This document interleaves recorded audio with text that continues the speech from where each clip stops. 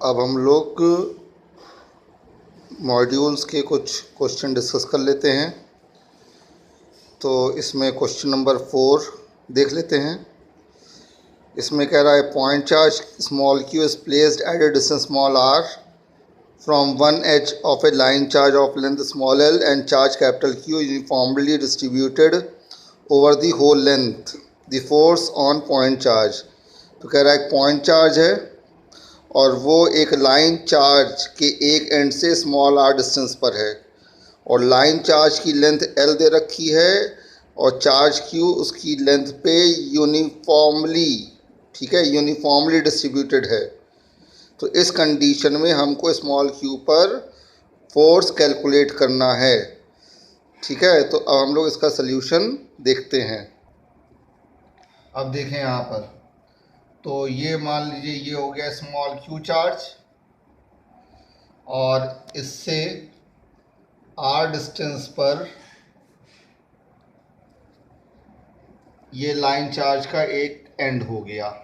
ये line charge suppose करिए एक वायर है, थिन वायर है और इसकी लेंथ क्वेश्चन ने आपको L दे रखी है।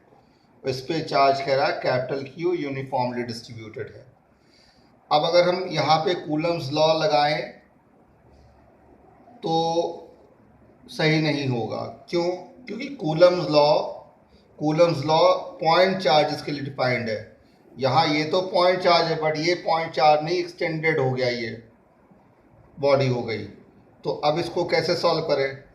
तो बिल्कुल सिंपल है। इसमें क्या करेंगे कि हम पहले एक स्मॉल एलिमेंट ले लेते हैं। तो एक मान लीजिए ये स्मॉल एलिमेंट हो गया और इसकी लेंथ हम सपोज कर लेते हैं dx है, ठीक है, इसकी लेंथ हो गई dx और ये मान लेते हैं इस q से स्मॉल x डिस्टेंस पर है ये एलिमेंट, ठीक।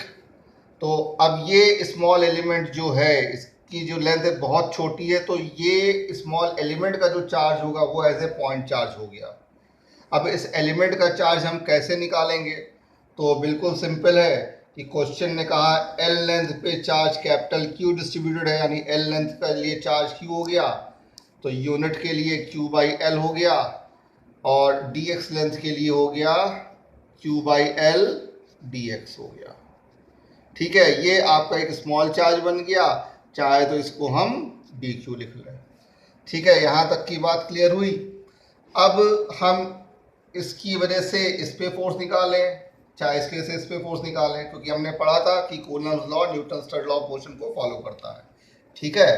तो अब क्या करेंगे यहाँ पर कि जो हम फोर्स निकालेंगे, मान लेते हैं उस फोर्स को हम लिख रहे हैं df, स्मॉल फोर्स, ठीक है। तो अब यहाँ पे कूलम्स लॉ अप्लाई कर सकते हैं, 1/4 पाई एप्सिलॉन नॉट के और q और इसका मैग्नीट्यूड है dq डिवाइडेड बाय डिस्टेंस कितना हुआ x, तो x स्क्वायर हो गया। बोलिए ठीक। अब हम लोग क्या करते हैं, इस dq की वैल्यू, ये जो dq हमने यहाँ पे निकाला है q बाई एल dx, इसको इसमें सब्स्टिट्यूट कर देते हैं। तो df इक्वल्स टू क्या हो जाएगा? ये हो जाएगा 1/4 पाई एप्सिलॉन नॉट के q upon x square multiplied by q by L dx, ठीक है। तो ये बन गया 1/4 पाई एप्सिलॉन नॉट के q capital Q upon L into 1/x square dx। ये जो आपने फोर्स निकाला है किसके से हुआ? इसके और स्मॉल एलिमेंट के बीच में। अब हमको क्या करना है, हमको इस पूरे लाइन चार्ज की वजह से इस पे फोर्स निकालना है। तो अब हम क्या करेंगे, अब हमें इसको इंटीग्रेट करना पड़ेगा। तो हम ये स्टेप्स रब कर दे रहे हैं। तो अब फोर्स निकालने के लिए हमें इस df को इंटीग्रेट करना पड़ेगा, ठीक है। तो ये f हो गया और इंटीग्रेट करेंगे df को, और लिमिट्स क्या होंगी देखिए यहाँ पे। चलिए पहले df की वैल्यू रख देते हैं। तो ये आया 1/4 पाई एप्सिलॉन नॉट के small Q capital Q upon L into 1/x² dx। तो अब आप देख रहे हैं लिमिट क्या होगी, x यहाँ से आप मेजर कर रहे हैं तो यहाँ तक का डिस्टेंस r हुआ इस एंड का, सपोज करिए एंड a है ये एंड b, तो यहाँ से यहाँ तक का डिस्टेंस r हुआ और यहाँ से b तक का r प्लस एल। तो लिमिट्स ऑफ इंटीग्रेशन क्या होंगी, r से r प्लस एल होगी।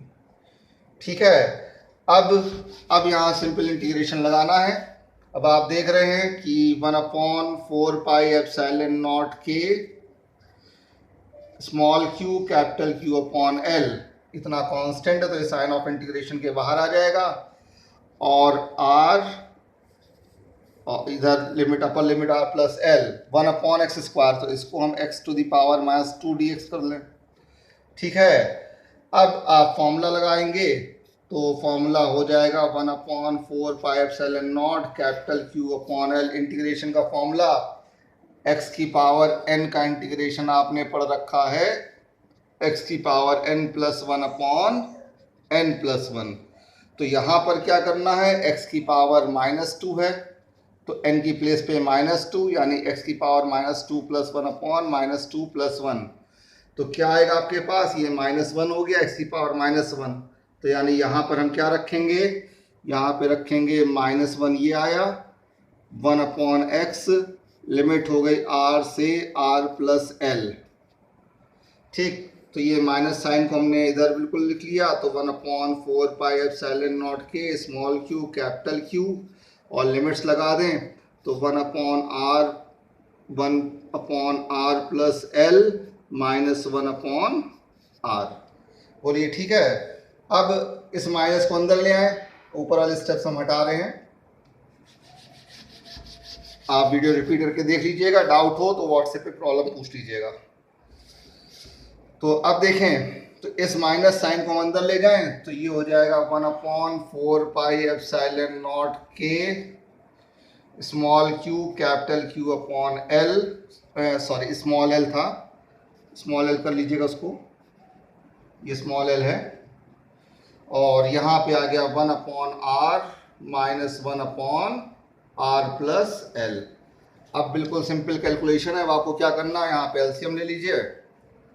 1/4πε0 के Q capital Q upon L, LCM आप लेंगे तो r into R plus L, और यहाँ पे r plus L minus r, तो r से r कैंसिल हो गया, माइनस है, तो अब आपके पास आएगा 1/4πε0 के small Q capital Q upon L, और r और ये r कैंसिल तो l आया upon r into R plus L, तो l से l कैंसिल हो गया, तो आपके पास फाइनल आंसर क्या आया, 1/4πε0 के Q capital Q upon r into R plus L. तो ये आंसर हो गया आपका। ठीक है, अब अगर मीडियम एयर या वैक्यूम होगा तो के की प्लेस पे हम 1 कर लेंगे।